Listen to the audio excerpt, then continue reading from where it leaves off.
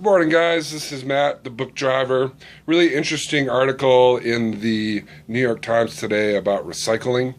Does your recycling get recycled? January 1st, China, which receives a lot of our recycling, put in new stringent rules on what they would and would not accept. So that has ground a lot of the industry to a halt. The truth is, a majority of what gets sent to China doesn't end up in a recycling sort of state, but instead in a landfill. It gets thrown away. It was definitely one of the disappointing statistics I found in 2013 when we were doing our business plan, that a lot of these books weren't even being recycled. What we like to do with this peer-to-peer model is just make sure that books are moving from one person to another as opposed to in the landfill. The more we do this and the easier we make this, we can have thousands, tens of thousands of people just trading books. And a lot of these books are free, and a lot of these books are from homes where they otherwise would have been thrown away. So no one institution can stop the million books that are getting thrown away every day. But what we can do is focus on the ones that are still usable, the ones that people still have an interest in. And this is really the solution to that. So on the New York Times article, does your recycling work or does it really get recycled? There are some issues with the multi-streaming. Multi-streaming without the right equipment is pretty much useless. There is basically an automated sort that your recycling center does. Then there's a second manual, but it doesn't get all of the recycling into the right piles. So this creates actually a huge cost, and this is exactly what China is working on when it's raising its standards. It's a certain percentage of what can be mixed in with another. So one of the issues, until there's maybe a technology solution, is that basically, multi-sourcing this recycling is something of a myth, something that we're getting better and better at, and that I hope to get better at. I think that there's also just huge business opportunities for commonly thrown away things. By focusing on books, we have a very tangible thing that we can help, and that is actually hard to recycle, even under the best of circumstances.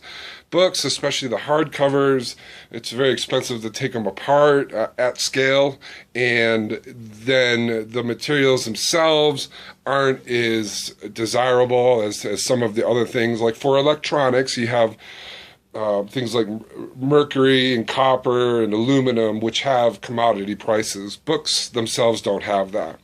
But even if you start helping Book Driver, because we think if there could be thousands, tens of thousands of people just kind of moving these books around, taking a box of books and then sorting them out so those books are best sold, given away, or given to a friend.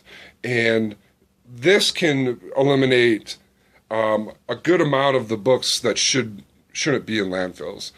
And it's also scalable in the sense that it's a network. So where I was going with this is that, certainly in things like clothing, shoes, electronics, housewares,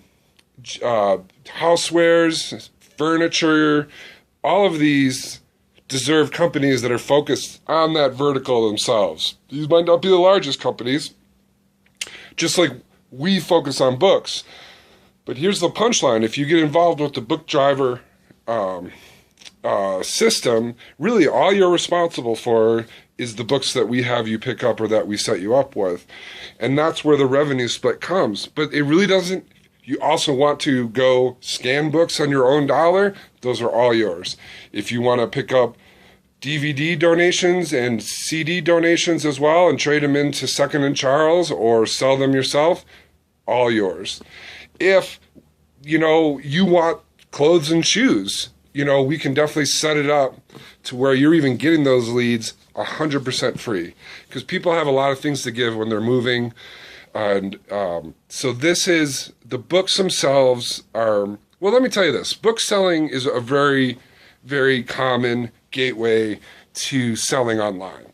And one of the things that you'll find, is it's very easy to sell them, but you can get into other things very easily. You can learn the Amazon system, you can learn the eBay system, you can set up your Shopify store for direct selling, all with books, learning how, to sell, because books just sell. They're not, as long as they're priced right, they're pretty much a commodity.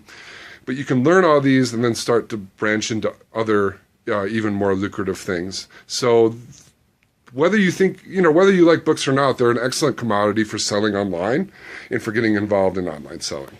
Thanks. So I will update you when I hear more about this recycling sort of story. Because, the other possibility will be, cities here might decide to create industries around taking this instead of having to send it over to China. So, and there might be also other nations. I don't know who really wants to be the garbage dump of the world, and certainly the United States. But it is a multi-billion-dollar industry, so you never know. Thanks. Have a good day.